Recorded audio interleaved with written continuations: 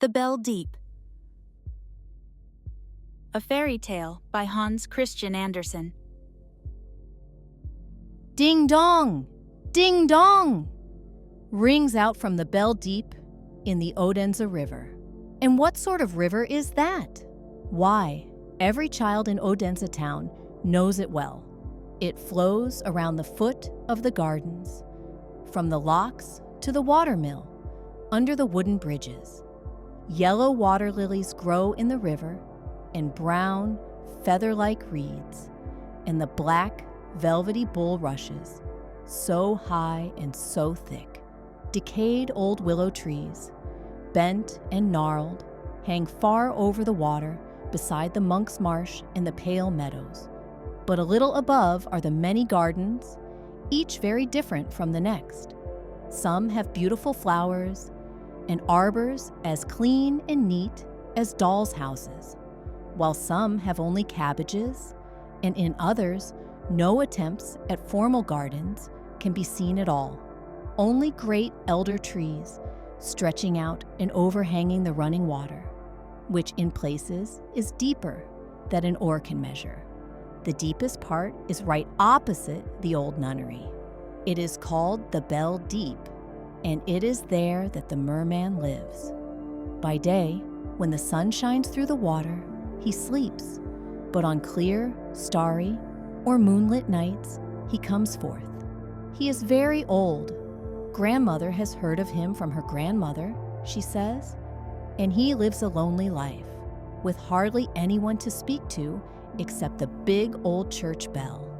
It used to hang up in the steeple of the church, but now no trace is left either of the steeple or of the church itself, which used to be called St. Albans. Ding dong! Ding dong! Rang the bell when it hung in the steeple. But one evening, just as the sun was setting and the bell was in full swing, it tore loose and flew through the air, its shining metal glowing in the red beams of the sunset. Ding dong, now I'm going to bed, sang the bell, and it flew into the deepest spot of the Odense River, which is why that spot is now called the Bell Deep. But it found neither sleep nor rest there, for it still rings and clangs down at the merman's. Often it can be heard up above, through the water, and many people say that it rings to foretell the death of someone, but that is not the reason. No, it really rings to talk to the merman, who then is no longer alone. And what stories does the bell tell? It is so very old. It was cast before grandmother's grandmother was born. Yet, it was scarcely more than a child compared with the merman. He is a quiet, odd-looking old fellow, with pants of eelskin, a scaly coat decorated with yellow water lilies, bulrushes in his hair, and duckweeds in his beard. He isn't exactly handsome to look at. It would take years and days to repeat everything the bell has said. It tells the same stories again and again, in great detail, sometimes lengthening them, sometimes shortening them, according to its mood. It tells of the olden times, those hard and gloomy times. Up to the tower of St. Albans Church, where the bell hung, there once ascended a monk, young and handsome, but deeply thoughtful. He gazed through the loophole out over the Odense River.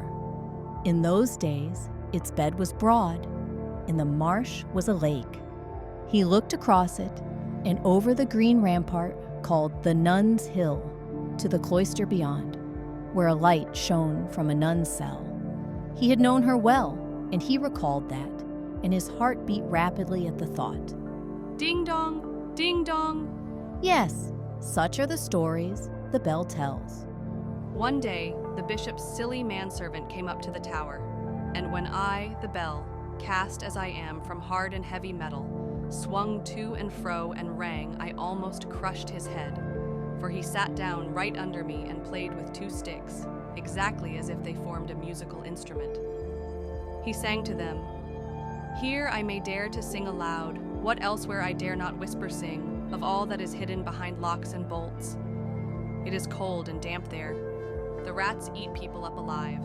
No one knows of this. No one hears of it, even now, for the bell is ringing so loudly, ding-dong, ding-dong.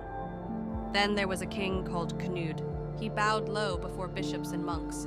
But when he unjustly oppressed the people of Vendelbo with heavy taxes and hard words, they armed themselves with weapons and drove him away as if he had been a wild beast.